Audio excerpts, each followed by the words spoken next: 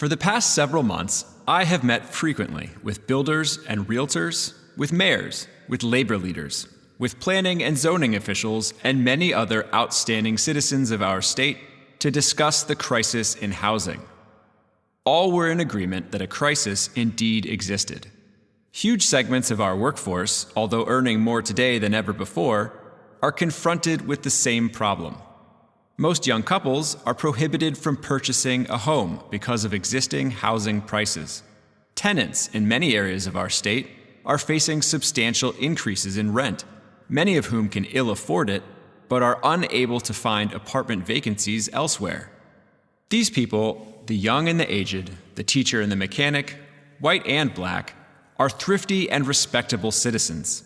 Yet they are foreclosed from decent and adequate housing at a reasonable cost in areas of their choice. The reason is obvious. That was the governor of New Jersey giving a special address to the state legislature in 1970. And while taking care not to point fingers at anyone and acknowledging that there were, of course, lots of factors at play in the economy, he said that zoning was to blame for the housing crisis. He didn't call for abolishing zoning, but he said that somewhere along the way there had been a perversion, his word, of the original concept of zoning. Instead of advancing the general welfare, zoning was being used to systematically exclude low-income residents and much of the middle class from living in large areas of the state. And he warned that if the legislature didn't do something, the state judiciary would inevitably step in and mandate drastic change. Hello and welcome to Bound by Oath, a podcast on constitutional history brought to you by the Institute for Justice's Center for Judicial Engagement. On this episode, we return to the subject of zoning. We will discuss how federal courts have abandoned the field, telling property owners seeking to challenge arbitrary, irrational, or discriminatory restrictions to go to state court, which is what we'll do. In 1975, just a few years after the governor's warning, the Supreme Court of New Jersey took a look at a local zoning code that made it illegal to build housing for low and moderate income people and said enough. In the case of Southern Burlington County NAACP v. Township of Mount Laurel. I mean, we were ecstatic. We were sitting at the post office reading the decision, and it was like, my God. We kept saying over and over again, we won. But the decision was, as a noted scholar pointed out, merely the beginning, not the end of the anti-exclusionary story in the state. It's a story that continues to this day. People have said, oh, wow, it must have been so thrilling to work on this case. This was one of the most depressing, negative experiences I've ever had. Because from the very beginning, we were losing, and waiting endless amounts of time to lose. I had no idea when I went out to interview Ethel Lawrence that basically I had 50 years in front of me of tilting at windmills with the land use decisions in the state of New Jersey. Also on this episode, we will talk about some current litigation in state courts that here at the Institute for Justice, we hope will open up some opportunities for people to use their property in peaceful and productive ways. It was a complete surprise to receive a cease and desist letter from the city for having my studio here. I had been recording here for 15 years at that point with no issue from any neighbors. This is how I make a living. Requirements for square footage keeps going up, and the cost of building keeps going up. And this puts home ownership out of the reach of so many people here. We have legislated people out of homes. The city's zoning laws are forcing me out of my perfectly good, safe home for absolutely no reason. I'm John Ross. Thanks for listening. Please raise your right hand and repeat after me. I, Elena Kagan. I, Brett M. Kavanaugh. I, Ketanji Brown Jackson. Do solemnly swear that I will administer justice without respect to persons and do equal right to the poor and to the rich. To the poor and to the rich. And that I will well and faithfully discharge. That I will well and faithfully perform. Discharge and perform. Discharge and perform. The duties of the office. Of the office on which I am about to enter. So help me God. Way back in the 1980s, the owner of a failing golf course in the suburbs of Chicago had an idea. He would close the club and build a new subdivision with houses on half-acre lots. But city officials opposed the idea. And when the owner filed an application for rezoning, the city gave him the runaround, raising one objection after another before eventually going incommunicado for an entire year, by which time the application had expired and needed to be refiled. But city officials said the second application wasn't quite right either, and would have to be reworked starting from scratch. By then, however, the property owner had gone bankrupt. His lender foreclosed on the property. His sole remaining asset was a lawsuit filed in federal court seeking money damages for the way the city strung him along until he ran out of money, violating his due process rights along the way. In 1995, the case reached the U.S. Court of Appeals for the Seventh Circuit. This is the first paragraph of the decision. Quote, "Federal courts are not boards of zoning appeals. This message, oft repeated, has not penetrated the consciousness of property owners who believe that federal judges are more hospitable to their claims than our state judges. Why they should believe this, we haven't a clue. None has ever prevailed in this circuit." Which is brutal. After the ruling, by the way, the city did what it could have done all along and purchased the property. Today, it's still a golf course with a banquet hall run by a private company in partnership with the city. Not that that was any relief to the property owner, who died a few years after the decision, still mired in bankruptcy. Today, and in 1995, and in 1975, federal courts are not, and were not, boards of zoning appeals. If you ask a federal court to review the constitutionality of a local land use decision, there's a good chance you're going to get yelled at. Let me ask you something. Who has a better idea of traffic congestion in Chesapeake? And who has a better idea of drainage capacities and whether there's sufficient capacity in the schools or not? That is a federal judge at an oral argument just a few months ago. Why should we supplant our judgment on conditions in Chesapeake, which we're at a far remove from, for the local officials of Chesapeake? Your Honor, I'm not asking this court to supplant its... Yes, you are. In the case, a developer had spent years jumping through various hoops necessary to build housing on a 90-acre property outside of Norfolk, Virginia, only to ultimately be denied permission for allegedly bogus reasons. The city's own expert, for instance, had said the development would not cause flooding problems.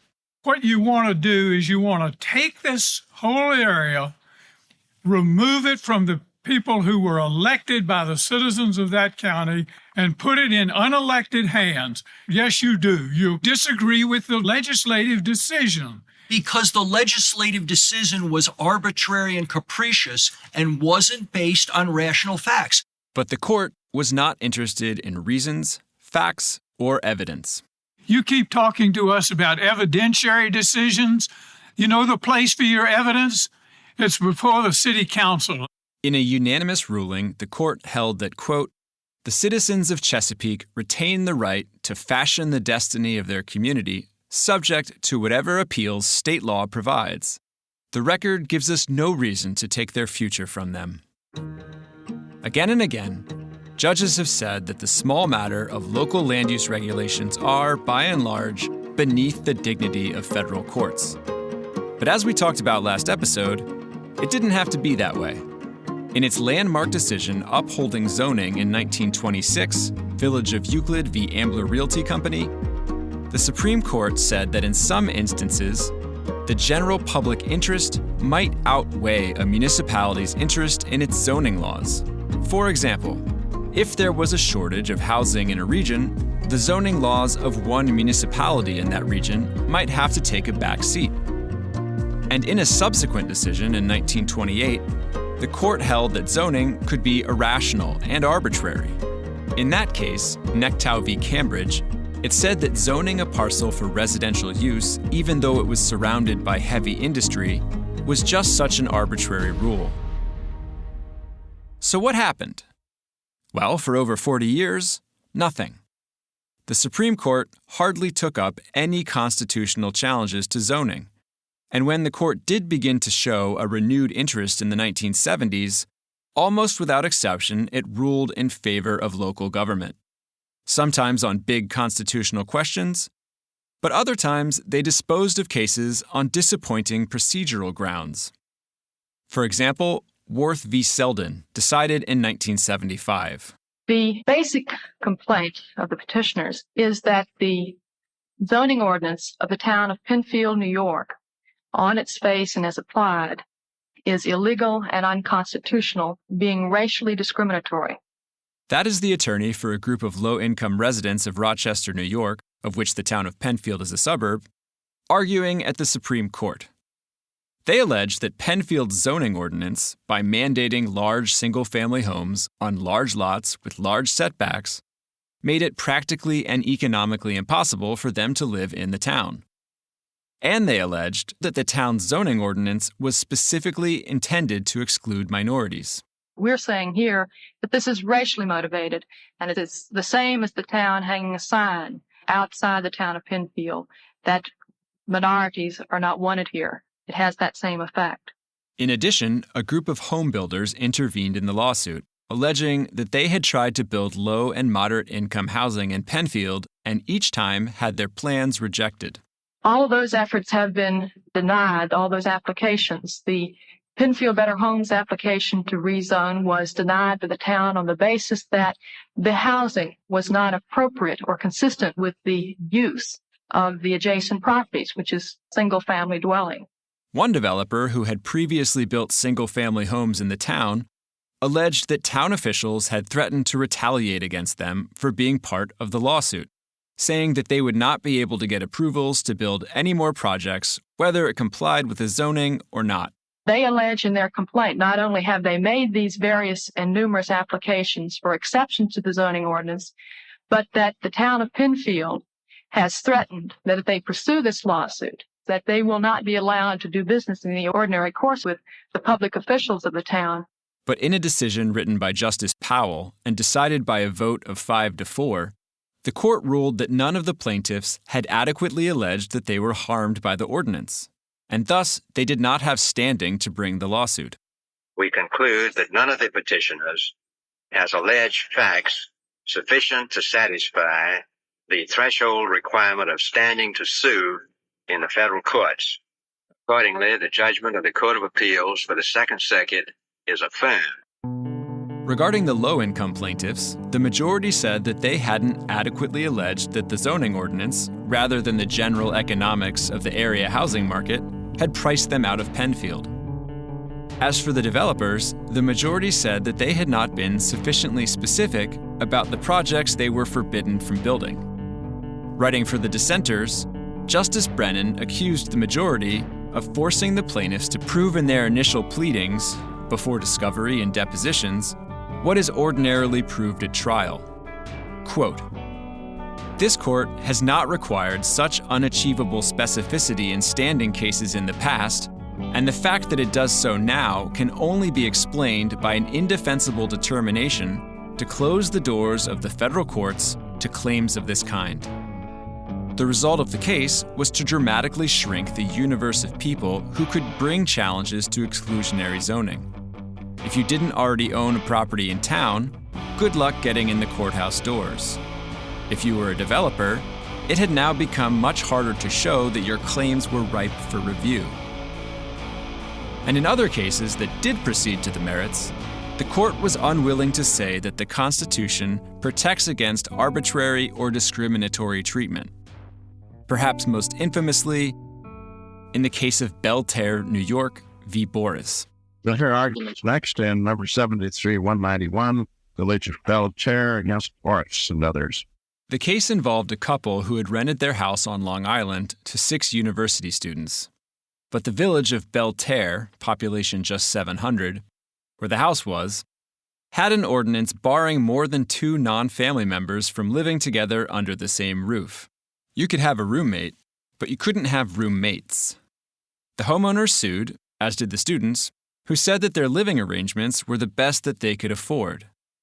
They didn't want to live in dormitories, and the other housing near their school was unaffordable. They claimed the village was discriminating against them on the basis of their choice of lifestyle, a violation of their right to the equal protection of the laws. In response, the village said, "Oh yeah, we are totally discriminating." The plaintiffs use the epithet separate but equal. Well, that epithet has an odium connected with it because of its legal history. But logically, the concept separate but equal, I must admit, is the concept of zoning. That was the village's attorney arguing at the Supreme Court. He said that since zoning for single-family homes had been upheld, it was not a big leap to mandate that only single families be allowed to live in a single-family home.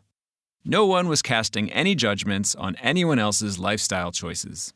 If you have a zone for a one-family residential community, that does not express a judgment that people living in two-family houses are undesirables. It's a rather fine-tuned judgment that certain uses are more appropriately put off into one zone. Now, you can call that separate but equal, if you will, but that's what it is. And he said that federal courts are not boards of zoning appeals.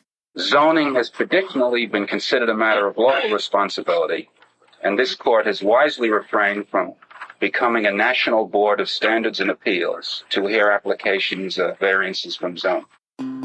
Which, as it happens, was not a successful argument at the appeals court below. In a divided opinion that cited Nectow v. Cambridge, the U.S. Court of Appeals for the Second Circuit had actually struck down the ordinance. Even though the village had claimed that it was meant to prevent traffic congestion, parking problems, and noise, the appeals court said whether those problems were real or even addressed by the ordinance was just, quote, rank speculation. According to the majority, what was really going on was that some people were imposing their preferences on everyone else. Quote, such social preferences, while permissible in a private club, have no relevance to public health, safety, or welfare. But by a vote of 7-2, the Supreme Court reversed. The court did not mention Nectow. It did not include any caveats on the power of the government to regulate land use. Instead, in an opinion written by Justice Douglas, the court waxed lyrical about the supposed benefits of zoning. Quote, a quiet place where yards are wide, people few, and motor vehicles restricted are legitimate guidelines in a land use project addressed to family needs. This goal is a permissible one. The police power is not confined to elimination of filth, stench, and unhealthy places. It is ample to lay out zones where family values, youth values, and the blessings of quiet seclusion and clean air make the area a sanctuary for people. With those words, any hope that a federal court would ever find that zoning could ever be too arbitrary, too confiscatory, or too paternalistic probably died in Belterre, New York. As we talked about on the last episode, zoning proponents in the 1920s insisted that zoning was not mere aesthetic regulation, that they were not advocating using the law to forcefully impose one notion of what is beautiful on individual property owners. But that is exactly what the Supreme Court's decision in Belterre allows local officials to do. All that is necessary to insulate a zoning ordinance from constitutional review is for officials to claim that a law protects the blessings of quiet seclusion, or neighborhood character, or just about anything else that sounds nice. Absent a major reversal, property owners have little recourse in federal court. Which calls for a quick break in the story so that I can make an exciting and time-sensitive announcement. When we return, we'll return in state court. Welcome to the break.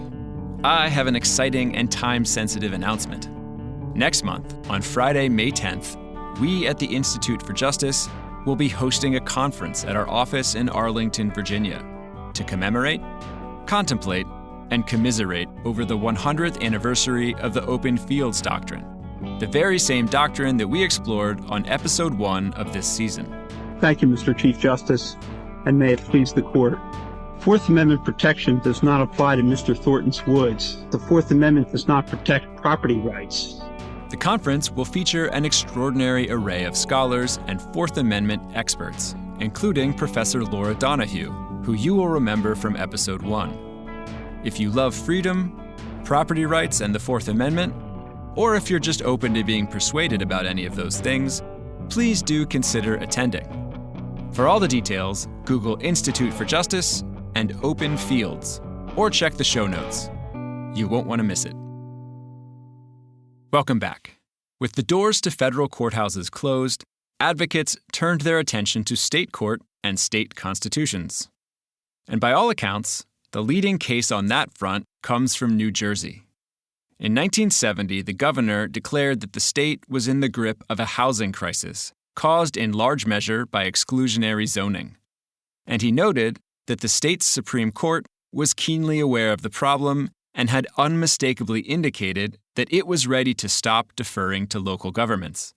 And in 1975, in the case of Southern Burlington County NAACP v. Mount Laurel Township, that's exactly what happened. We spoke with Carl Bisgayer, who argued the case.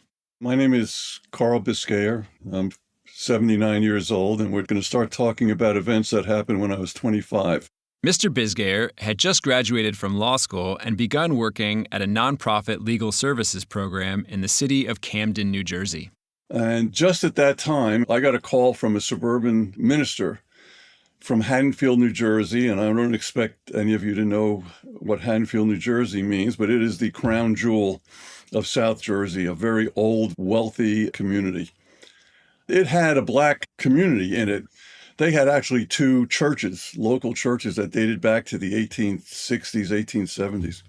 There was vacant land around where these churches were and a couple of rundown buildings, and this group headed by this minister who was representing one of the white churches, very strong, prestigious church, and he was one of the big leaders of the community. They had put together a little group. They had gotten state funding, and they were trying to turn this area into a low and moderate income neighborhood for the black community.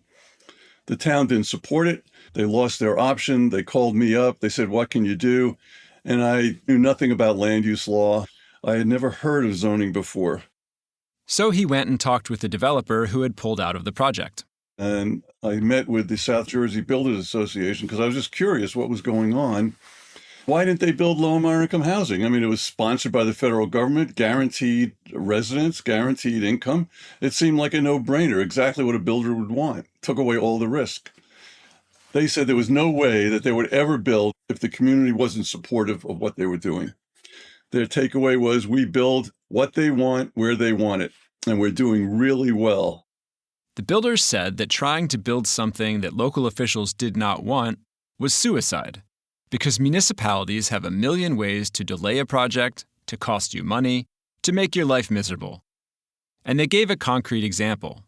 If the building inspector doesn't come out in a timely way and inspect our concrete, we can lose a lot of concrete, a lot of time, and be really a disaster. So I left there, and we had a young woman who was a planner in our program, and I asked her, I said, "What's going on here? How are they able to do this?" And she said, "Oh, it's so easy. All they have to do is zone," which is this thing that came out of the 1920s, but had morphed into this incredible powerhouse for municipalities to control development. They controlled everything. The size of a lot, the number of units, single family versus multifamily. They were even controlling whether units were rental or condo or ownership. They were controlling whether families had to be biologically related, setbacks, width of streets, 4-foot sidewalks instead of 3-foot sidewalks. I mean, it was like endless. So, okay, I learned a lesson there. I understood what the builders were talking about. They weren't really building as independent developers. They were really the running dogs for the municipality, which they freely acknowledged. The group in Haddonfield that had lost their option was not interested in suing the town. But it soon became clear that many municipalities all over the state were using their zoning codes to police who could and could not live in their towns on the basis of income. So we decided to research this. I sent a memo out to the staff attorneys in these different offices. I said, look, If you know anything about what's going on in any of these towns or any activity, housing activity, give us a call. I immediately got a call from our Burlington office. Officials in Mount Laurel Township in Burlington County had recently approved the construction of massive new housing developments. Mount Laurel had been a rural community with a total population of less than 3,000 residents spread over 22 square miles as recently as 1950. But it was growing quickly and becoming a suburb of the city of Camden and also of Philadelphia, which is about 10 miles away. We had never heard of Mount Laurel Township before. It had 5 planned unit developments. They had approved 11,000 units of housing in the town. A local group was looking to build 36 low and moderate income units. They had an option. The town blew them off, and they were done. All of the new housing being planned was designed to be affordable only to the upper middle class. And at the same time that Mount Laurel officials were hoping to welcome tens of thousands of relatively wealthy new residents, they were forbidding a small group of locals from building new housing. They turned out to be a local African-American community which had been in Mount Laurel Township since before the Civil War. These residents were politically active and very powerful in the town before the town started developing. The group lived in a neighborhood around their church. Many of their homes were old and dilapidated. Some had dirt floors. This was literally converted chicken coops, and people were living in them. It was horrific. But when they tried to improve conditions on their own, they were blocked by the township. After that, they managed to secure public funding to build 36 subsidized apartments. But the township blocked that too. Infamously, the mayor came to their church for a meeting and told the group, quote, "If you people can't afford to live in our town, you'll just have to leave." The mayor said, look, there's nothing we can do about this. The town is developing, and if you can't afford to live here, you just have to find some place to go, which is like, where? There's no place to go. Okay, so he did say that. It really infuriated them. So we met with them, and we said, look, the only thing you're going to be able to do is sue these people. And by the way, the law is horrible. New Jersey's a home rule state. The Supreme Court is incredibly deferential to local decision-making. All it has to do is be remotely reasonable and have any possible justification. And it's okay with the court. In the years prior, New Jersey courts had upheld minimum interior floor space requirements, minimum lot size requirements, bans on multifamily housing, bans on hotels in certain districts, as well as bans on mobile homes in all districts. But as the governor warned the legislature in 1970, the New Jersey Supreme Court had begun to signal that it was open to a major reversal. We met with Mary Robinson, who was the leader of that community. What she said went. But she and some of the other residents were not initially inclined to sue the township. She was opposed to it, and she said that this was her town, her family lived in this town, her friends lived in this town. She wasn't going to sue her town. Well, at that point, this woman stood up and she said, this is wrong. We can't let this happen. First of all, we wouldn't be suing our town. This isn't our town. This is their town. And they're hurting us. They're making us leave. Many of our residents have left the town because they can't afford to live here anymore. She wanted to do this, and they wanted us basically to leave so they could talk this over. The next day, Mary Robinson's daughter, Ethel Lawrence, who was also a leader of the group, said she wanted to talk. She said, look, I'm willing to do this, but you guys have to commit to being in this for the long haul. I'm not going to have my family and our community sue and then find out, that this was like just something you enjoyed doing. So we committed. We said, look, one way or another, however long this takes. Now, let me tell you that we had no idea it was going to be till 1997 that low and moderate income housing was ever built in this town. This was still 1970. But anyway, we committed that we would do it. And she committed. She said she'll be a plaintiff. Her daughter, who was living in a converted chicken coop, would be a plaintiff. And her aunt. The lawsuit had several different groups of plaintiffs. There were plaintiffs who lived in Mount Laurel. There were plaintiffs who had been forced to leave because they could not find housing. There were so-called regional plaintiffs who lived in the region but could not afford to move to Mount Laurel. And there were community groups like the local branch of the NAACP. Most, if not all of whom, would probably not even have standing to sue in federal court. New Jersey is very liberal when it comes to the law of standing, with the right to participate in litigation. Anyway, so here I am, this young 25-year-old attorney. I knew nothing at all about this. You understand? This was my first trial. I had a local board member who was a litigator tell me how to get a document into evidence because I didn't even know what to say. As a first order of business, Carl and his colleagues asked the city for documents. All the documents. All the minutes of meetings, all the applications, all the decisions by the boards, everything you can ask for. I get a call shortly thereafter from the municipal attorney, who is Jack Gary. Jack Gary was a prestigious local lawyer who was of awesome integrity, ultimately became a federal court judge. He recognized that we're entitled to these documents. How about we give you a desk in the municipal building, ask for and get anything you want. We will not record what you're getting, and knock yourself out. So I did. I literally had a desk in the municipal building in Mount Laurel. They were very cooperative. All the people there helped me, anything I wanted. I went through a gazillion applications, decisions, zoning board records. It was insane what I found. Constant dialogue about property taxes, the need to have high ratables. How do you have high ratables? You have zoning, which requires upper class housing. Bring those people into the town. What do you do with the poor people? Don't do anything. Literally, this was on the record. Let their housing deteriorate. They'll move out. Then close down those residents, knock them down.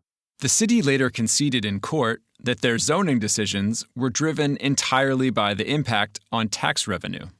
I then submitted a demand for admissions, which for those of you who are not lawyers is a demand that requires your adversary to basically say yes or no, that what you're asking is true or false. And I had all this detail, every document. Jack looked at this for like a half an hour, had some people research whether I was accurate or not, saw that they were all accurate, and he just basically admitted to everything. This was like, 50-page document of admissions. I didn't even have to have a trial at that point. Okay, so we bring the case, which actually we never expected to win. Our goal was to create a record, get up to the Supreme Court, and win there. The hope was that the judge would be fair and let them get all their evidence into the record so that it could be reviewed by the state Supreme Court. If he did that, it didn't matter if they won or lost in the trial court. But they won, on some claims. And the judge ordered Mount Laurel to undertake new analyses, studies, and plans that would enable and encourage developments like the 36 apartments proposed by Mary Robinson and Ethel Lawrence. He knew these people, and he said the town had an obligation to take care of them and to assess what their needs were and to proactively helping 11,000 new residents, they could proactively help their own people. The case shot up to the New Jersey Supreme Court. Zoning ordinances in dozens of other municipalities were being challenged at the same time. And so there was a fair bit of luck involved with the Mount Laurel case getting to the state Supreme Court first and getting to be the flagship case. But that's where the good luck ended. The first oral argument was about as horrific an experience as I've ever had. We were unprepared. The questions were devastating. This was a very powerful court with very intelligent justices, and they really came after us. After the argument, we were fairly devastated, but something surprising happened. Sometimes you get a second shot at the apple. The Supreme Court decided to want to rehear the case. They had questions. We really learned our lesson. We really prepared. We were ready, really ready for the second argument. For those of you keeping track at home, this is now the third episode in a row where the Supreme Court, or now a state Supreme Court, has reheard a case. But I promise, in spite of that, it really is unusual. We can't say for sure why the justices wanted this case re-argued, but one of them had retired after the first argument, and two more were just about to retire. So it seems like they wanted to make the big statement on zoning that they had been signaling for years before the makeup of the court changed. Well, the argument went incredibly well. We had answers to everything they possibly could have asked us. And we did have the feeling that something good was going to happen here. So we waited, I think, for an entire year before the decision came down. And we won. We were ecstatic. We were sitting at the post office reading the decision, and the court ruled. Here was their ruling. Every developing municipality in the state of New Jersey is obligated to do their fair share of the regional need for low and moderate income housing and to proactively support a fair share of the development. The court cited the original caveat in the Supreme Court's decision in Euclid v. Ambler that a region's need for housing might outweigh any one municipality's parochial interests. And they ruled that limits on zoning were required by the state constitution. Much to our benefit, the power to zone in New Jersey is constitutional. It's delegated to the state legislature by the Constitution. And what the legislature then did is it delegated that power to municipalities. Each municipality had the right to do their own zoning. Well, that was a great opportunity to say, wait a second here. The state constitution delegated this power under the General Welfare Clause. Well, general welfare must mean that it's for the general welfare. You can't be just picking and choosing who you're going to benefit with the right to zone. The decision produced what is called the Mount Laurel doctrine, which says that certain municipalities, so-called developing municipalities like newly forming suburbs, were obligated to assess how much need there was for low and moderate income housing in their region, and not only permit, but proactively do what they could to provide their fair share of that housing. That's what they said, and then they provided no remedy for recalcitrant municipalities. What they said was, we expect, having ruled that municipalities, being public officials, will adhere to this decision and abide by it. Oops. We were not given a remedy by the Supreme Court in Mount Laurel 1. And oh, surprise, surprise, the municipalities did not comply. The case went back to the trial court, where the plaintiffs again sought to build the 36 apartments and sought to prove that indeed Mount Laurel was a developing municipality that had not met its fair share of the regional need. You got to parse every word of that ruling. We litigated what is a developing municipality? What is fair? What's fair share? What does it mean to be proactive? Do you actually have to support an application? What does it mean to zone proactively? Everything was litigated, and we were going nowhere. To Carl's knowledge, not a single municipality in the state took the view that they were covered by the doctrine. In Mount Laurel, officials came up with a plan intended to make it look like they were complying without actually approving any housing. The town came up with the most horrific plan you could possibly imagine. I mean, they had one site which literally was in an industrial park. I went and interviewed the developer, the attorney for this developer. I said, what is the deal with this? He said, that's never going to be developed. The township attorney told me they were just looking for the worst site they could find, and they don't care if it's developed. They're not going to put any pressure on us. So I said, would you be willing to testify to that? He said, well, subpoena me and I'll testify. The township got a new legal team, and this time they were much less helpful. At this point, we were not looking at really nice guys on the other side. They were really going to litigate this case big time. They were infuriated by the fact that I had left legal services by then, and I was working for the state public advocate's office. This was the state now was funding a lawsuit against this municipality. And this time, the case was before a new trial judge who refused to let the testimony from the developer that the township's plan was a sham into the record. This time, we're talking about a serious case. This was like a 19, 20-day trial. We had expert witnesses all over the place. What does it mean to be proactive? What does it mean to zone for low and moderate income housing? What do you have to do to actually make it a realistic housing opportunity? What does that mean? What is a realistic housing opportunity? Okay, so we had witnesses doing all that, and it took a long, long time. This time, they lost. By then, 8 years had passed since the initial meeting with Ethel Lawrence, Mary Robinson, and the rest of the community. And there was no housing to show for it. People have said, oh, wow, it must have been so thrilling to work on this case.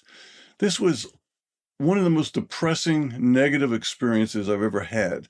Because from the very beginning, we were losing, and waiting endless amounts of time to lose. I had no idea when I went out to interview Ethel Lawrence that basically had 50 years in front of me of tilting at windmills with the land use decisions in the state of New Jersey. Anyway, we lost. It was horrible. I can't tell you what it was like to drive out to Ethel Lawrence's home with that decision and tell her what happened. And she said, "You can't appreciate how long we have waited to be represented to challenge this type of discrimination. And we will wait as long as it takes." I mean, what are you going to do with somebody like that? We were getting supported by her. All across the state, developers, property owners, aspiring homeowners, nonprofits, and even the state of New Jersey itself through the Public Advocate's Office were getting stuck in court fighting about the definitions of developing municipality, fair share, and all the rest. The Mount Laurel doctrine had resulted, the Supreme Court said later, in paper, process, witnesses, trials, and appeals, but not much new housing. The Mount Laurel case and the Mount Laurel doctrine was collapsing all over the place. We were losing everywhere. We realized that something had to happen for us to be able to convince the Supreme Court, number one, this isn't going away, and number two, we need a definitive ruling. We need a remedy here. A builder's remedy. There's only one class of potential plaintiffs who have the knowledge, ability, and willingness to sue, and that's builders, developers, landowners. But for them to do that, they need a remedy. They need to know that if they do that, they're going to get something. And that's this builder's remedy. That's where the builder's remedy concept came from. You didn't have that before. If a developer sued before and won on a zoning issue, they didn't get a remedy. The town was then required to rezone. And when the town rezoned, there was no guarantee that the project that was the subject of the lawsuit would be approved. So the Mount Laurel case went back to the New Jersey Supreme Court, this time combined with 5 other lawsuits against other municipalities. And in 1983, 12 years after the litigation first began, the court issued its decision in what is called Mount Laurel II. Well, it was worth waiting for. If you want to read what a court can do, if it wants to do something to affect social discrimination and to really do something for low and moderate income people, if you have the time, this is not an easy read Mount Laurel II. Number one, they went after all of these towns. They eviscerated these towns. Then they defined everything. Forget developing municipality. Every municipality had an obligation to take care of their indigenous poor and a fair share of the regional need. Here's how you calculate fair share. This is what you do. Whatever you have to do to sponsor state and federal housing, you will do that. And this time, the ruling had some teeth. But this was the unbelievable thing they did. They appointed 3 judges in the state of New Jersey to hear all of the Mount Laurel cases, all of them. And they were the most prestigious trial judges in the state. So now every case, including the Mount Laurel case, was now going to a judge whose job it was to implement the Chief Justice's decision. I mean, what would you expect these judges were going to do? They were not exactly going to sit on their hands and be berated by the chief. Within 1 year of this decision, I think 95 Mount Laurel lawsuits had been filed by developers from all over the country. Why? Because suddenly the developers' rights were flipped completely. Instead of being subject to municipal discretion, now it was a municipality had to prove that the developer's proposal was contrary to health and safety. Go do that. Developers would then be required to set aside housing for the poor. What the court had said was, okay, here's your ticket to a builder's remedy. And you have to build a percentage of low and moderate income housing. That's where inclusionary developments came alive. And they found 20% to be a reasonable number. And developers building new subdivisions were eager to take advantage. Get 100 acres of land, which is now zoned at 5-acre lots, and propose a multifamily development there. What do you think the flip is on that? Well, big surprise. They would do that. They had no problem doing that. I represented Toll Brothers when I left the Public Advocate's Office. Toll Brothers is a private developer. They had a project near the turnpike on the Amtrak line, walking distance from the station. They had proposed like 100 units, and the town had rejected it. We sued. They got 1,500 units on that property. Which was very profitable and resulted in a lot of new housing. I mean, it was incredible. And that's what happened all over the state. Developers were building these monster developments in areas of these wealthy towns which never would have had this kind of development. Within a year, the state legislature was finally moved to act, adopting a law called the Fair Housing Act, which created a new agency within the executive branch to implement the Mount Laurel Doctrine, taking over the role of creating fair share plans from the judiciary. What happened after Mount Laurel 2 was that the legislature decided to act because the municipalities were going crazy with these judges. And they adopted legislation which created an entity which would do affordable housing reviews of municipal plans, as well as coming up with a fair share plan for all municipalities. And truthfully, it actually worked pretty well. According to Mr. Bisgayer, the result was a kind of détente. There was still plenty of litigation, but if municipalities got on board and agreed to a fair share plan, they regained some degree of control over development within their borders.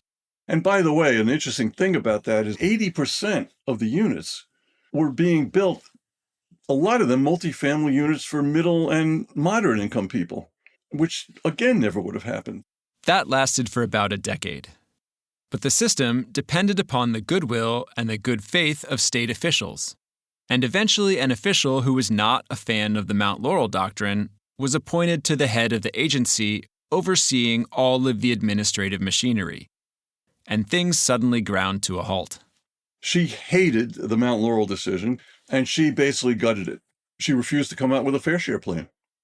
So you had nothing that's happening. She blamed the need for a census data. It was all bull. And we ended up litigating the issue of why the government has to do something. They have to come up with a plan. They're obligated to do it under the statute. That litigation eventually wound up once again before the New Jersey Supreme Court, and there has since been a Mount Laurel 3 decision and then a Mount Laurel 4 decision. And I hope you'll forgive us skipping over much of the rest of the saga. In short, since the 1980s, the degree to which the judiciary or the executive branch has been responsible for implementing the doctrine has continued to shift.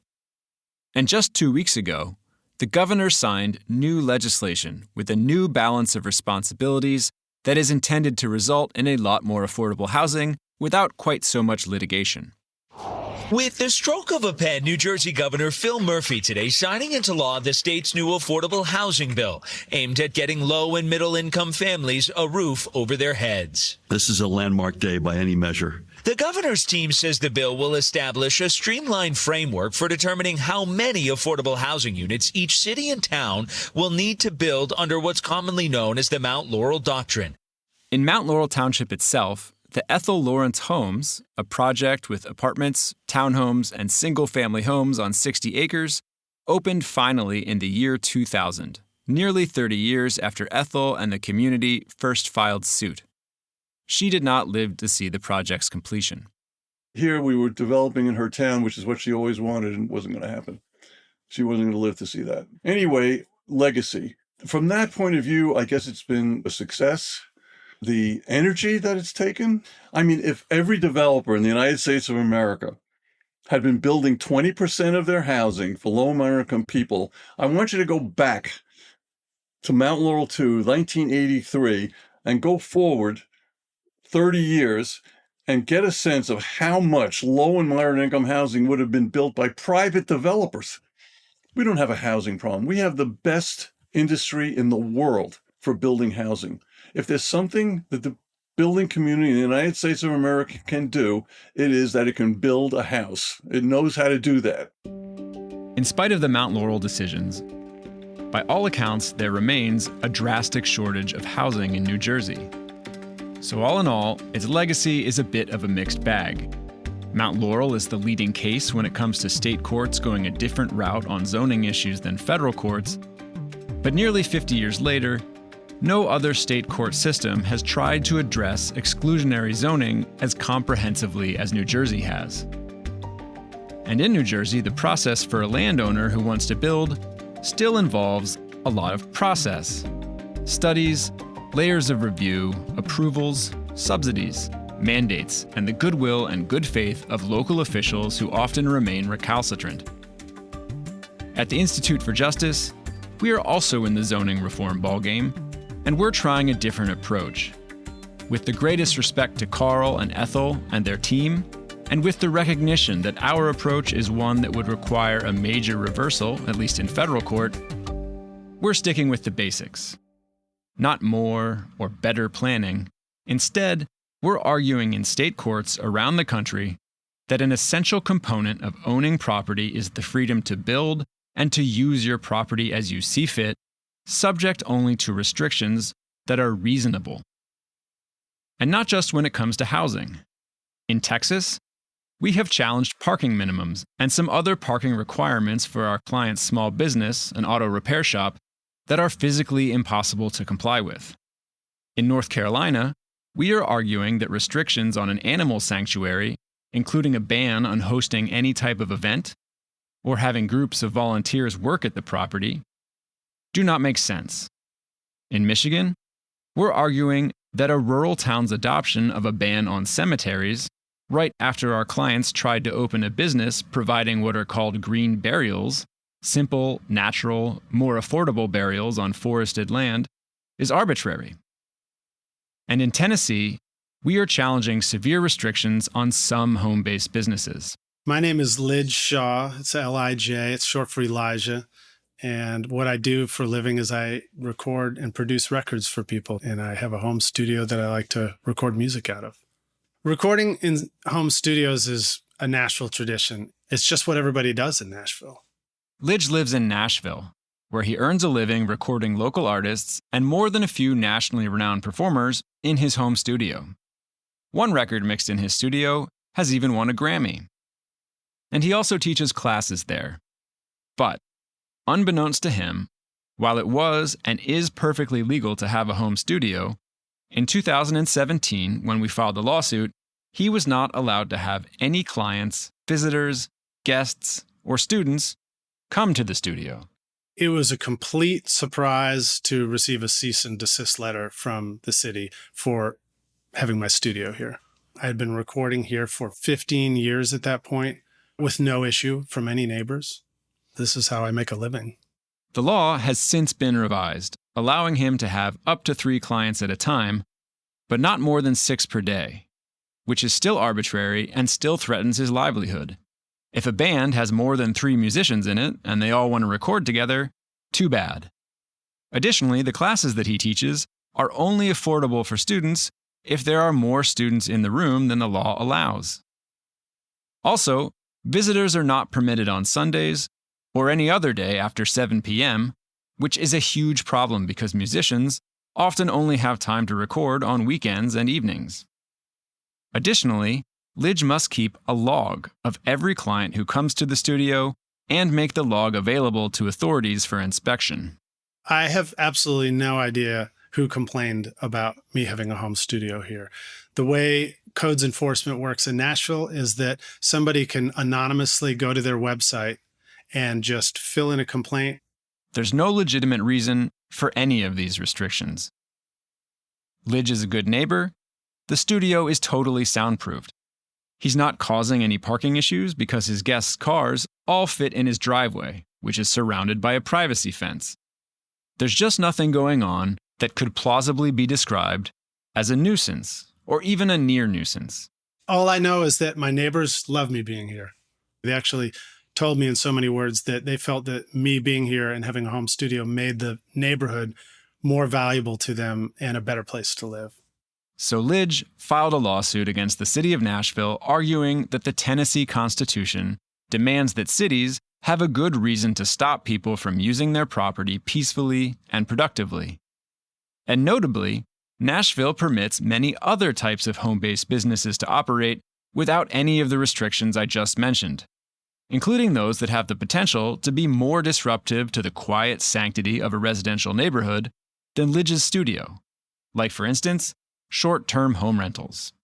In 2022, the lawsuit reached the Tennessee Supreme Court, which ruled that because of the revisions to the home-based business ordinance, the case needed to go back to the trial court to further develop the record. As of today, the city still has yet to point to any persuasive reasons for the restrictions on some home-based businesses but not others. Instead, their argument remains that the court should not ask for any reasons. I think it stinks. I think it makes no sense at all. This is Music City. If you can't make music in Music City, then maybe we should stop calling it Music City. We are also challenging zoning laws that make it illegal or otherwise impossible for people to build or find housing. Cindy Tucker works with a nonprofit that owns an 8-acre property in Calhoun, Georgia, about an hour and a half outside of Atlanta. We live here. We work here. We love this county. We want to see it grow and continue to be the kind of place where people want to raise their families. The nonprofit wants to build a cottage community of 20 to 30 tiny homes. And the plans are ready, they have financial backing, and contractors are standing by to build. And there's a healthy waiting list of potential purchasers looking for smaller starter homes or looking to downsize homes. The property that we have is perfect for students. It is perfect for people who are retiring, who are not ready for assisted living but can no longer maintain the big family home. People who are just starting out on their careers. It gives them that wealth building asset but is not taking up half to 2/3 of their income. We're looking at mortgages that are under $100,000. All that's needed is for the government to get out of the way. The city has turned us down. Every time we have gone before them for 5 years, they have turned us down. Housing prices in the area have exploded, but the city has mandated that developers build big houses or no houses. Requirements for square footage keeps going up, and the cost of building keeps going up. And this puts home ownership out of the reach of so many people here. We have legislated people out of homes. There are no legitimate reasons to ban modestly sized homes, and the Georgia Constitution requires reasons, as does the Idaho Constitution. The city's zoning laws are forcing me out of my perfectly good, safe home for absolutely no reason. That is Chastity Decker. She owns a 250-square-foot tiny home that's on wheels. It was one of the last gifts my grandfather gave me before he passed, and it's been the best thing. I've lived in it for almost 4 years now, and I don't regret a thing. I decided to go tiny for 3 main reasons: flexibility, stability, and affordability. And I was really interested in the minimalistic lifestyle. In 2022, Chastity found a landlord who owned a house in Meridian, Idaho, outside of Boise, that had everything she needed: a little bit of space and an RV hookup for utilities, which are extremely scarce. She spent months looking for a suitable place all over Boise. When I found this spot, I was so excited because I'm like, wow, I'm never going to find another spot like this. Private property, the hookups are readily available, exactly what I need. The homeowners are amazing. You know, it's a win-win situation for both of us. The homeowner is a construction foreman, and he bought the house for his 25-year-old son to live in because housing prices have exploded. And even though his son works full-time and has roommates, he can't afford housing on his own. Chastity's rent money was going to help chip in and pay the mortgage. But the day after she moved in, a code enforcement officer told her she had to go. The first day that I had signed the lease and got set up, spent the night, went to breakfast the next morning, and when I returned home, code enforcement was just leaving my door. Her tiny home is safe, built to code, and aesthetically pleasing. But the city says it violates the zoning ordinance. I felt completely defeated and helpless. What did I do wrong? It turns out that the city has some awfully fishy code enforcement practices. If you go to the neighborhood where Chastity wanted to live, you will see dozens of code violations right out in the open. Inoperable cars, a shipping container in someone's yard, and even RVs that people appear to be living in. None of which, to be clear, the city should crack down on. But the fact remains that Chastity and tiny homes on wheels are being singled out for enforcement.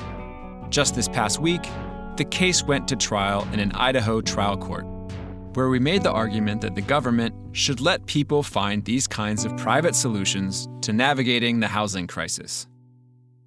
Going back to the federal courts, one thing the Supreme Court has made some positive moves toward quite recently is protecting property rights. Could that mean that the bucolic and nonsensical language from Justice Douglas's Bell-Terre opinion could be going away, and the more reasonable approach of the 1928 Nectow decision could return? Maybe even an overruling of Euclid itself. Perhaps. But in the meantime, we have what Judge Jeffrey Sutton calls 51 imperfect solutions, the 50 state constitutions in addition to the federal one. That's the path Carl Bisgayer tried in New Jersey with, as he put it, some successes and some failures. And it's what we're trying at IJ under the constitutions of Tennessee, Georgia, Idaho, and other states. Property by property, use by use, we're trying to help fight the monster that zoning has become while people build homes and places to work. And it's something others across the country are doing as well. In fact, the last few years are demonstrating that Carl and his team in New Jersey were ahead of their time. More than ever before, people all over the ideological spectrum are calling for zoning reform. Even legislatures have taken the hint, with meaningful reform in places as varied as Minneapolis, California, and Montana. And where legislatures haven't yet, IJ is arguing in court that by simply letting people exercise their property rights, we can get more of the housing and the freedom that everyone recognizes is desperately needed. Next time on Bound by Oath, we are going to take a break from case law and legal doctrines, and we'll dive into the origins of property and property rights. From hunting spears to condos, what makes property property in the first place? Bound by Oath is a production of the Institute for Justice's Center for Judicial Engagement. This project was edited by Cass Ali and Charles Lipper at Volubility Podcasting. The theme music is by Patrick Giacomo.